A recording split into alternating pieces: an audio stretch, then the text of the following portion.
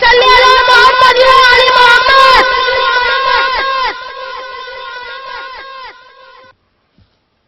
اپنی ولادت کے موقع پر میرا یہ درود شریف قبول فرمائیے. سنا ہے آپ اپنے نوازوں سے بہت پیار کیا کرتے تھے. امام حسن علیہ السلام اور امام حسین علیہ السلام کو کندھوں پر بٹھا کر سیر کرایا کرتے تھے. آپ امام حسین علیہ السلام کے گلے کے بوسے لیا کرتے تھے اور روتے تھے. آپ کو پہلے سے علم تھا نا کہ امام حسین علیہ السلام کے گلے کو کاٹا جائے گا؟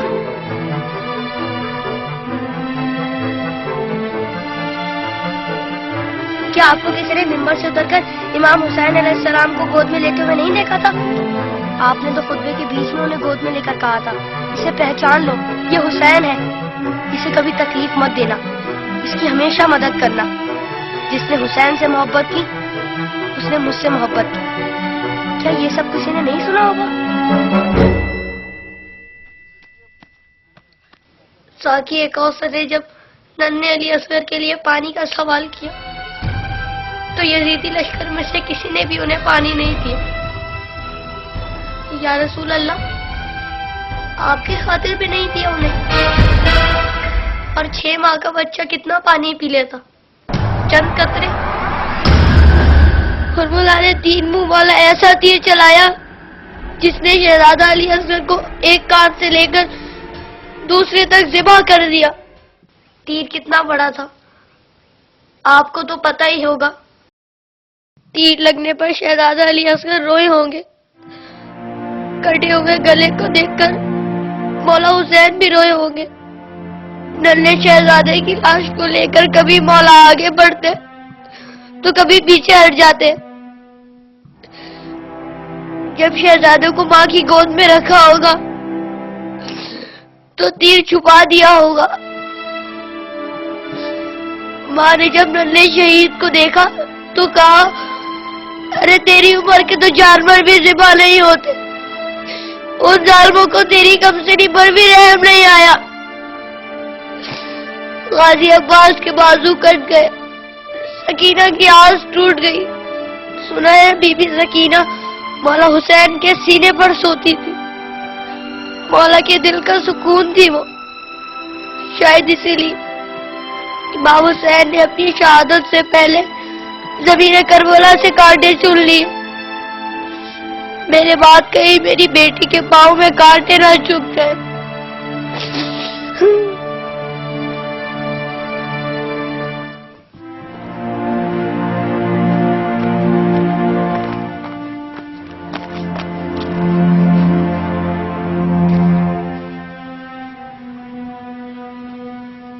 مولا حسین جب قاسم کی لاش لینے میدان میں گئے تو 3 دفعہ پکارا. تینوں ہی دفعہ جواب نہیں آیا. پھر فرمایا امام ہو کر حکم دیتا ہوں، بتاؤ کہاں ہو تم؟ تو مشرق سے آواز آئی چچا، مغرب سے آواز آئی چچا، چاروں طرف سے آواز آئی چچا. کہیں سے باز اٹھا تو کہیں سے ڈانگ. مولا حسین نے قاسم کے ٹکڑوں کو اکٹھا کیا اور گٹڑی بنائے اور کہا حسین غریب ہو گیا.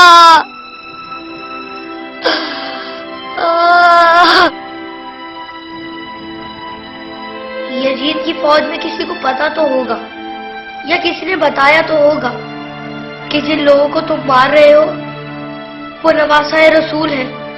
مولا حسین نے بلند آواز میں کہا تھا میں نواسہ رسول ہوں، کوئی میری مدد کرنے والا ہے؟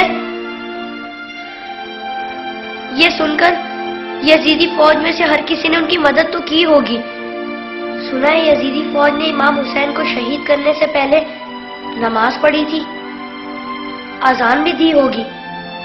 کیا اذان میں آپ کا نام نہیں سنا ہوگا؟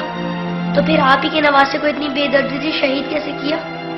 شہید کرنے کے بعد پہچانا نہیں ہوگا، ورنہ لاشوں پر اس طرح گھوڑے نہ دوڑاتے.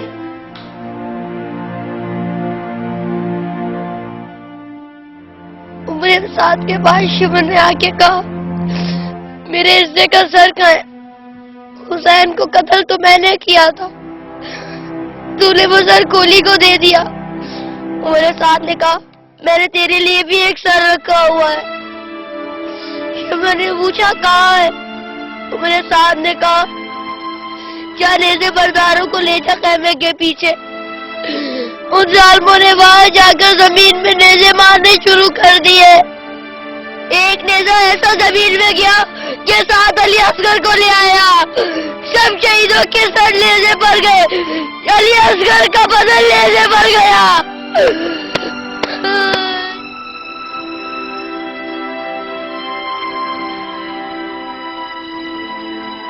ان ظالموں نے جب بیویوں کو ننگے سر بازاروں میں پھرایا تو امام حسین کے سر نے تلاوت شروع کر دی جیسے کہہ رہے ہو اے لوگوں بیویوں کی طرف مت دیکھو, یہ دیکھو کہ ایک کٹا ہوا سر قرآن کی تلاوت کر رہا ہے.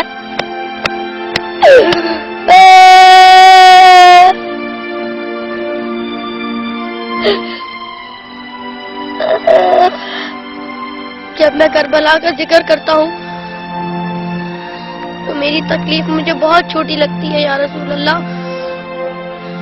جب جب آپ مجھے یاد آتے تب تب مجھے کربلا والے یاد آتے. مجھے پتا ہے آپ اس منظر کو کبھی نہیں بھلا سکتے. جس منظر کو آپ نہیں بھلا سکتے اسے ہم کیسے بھلا دیں.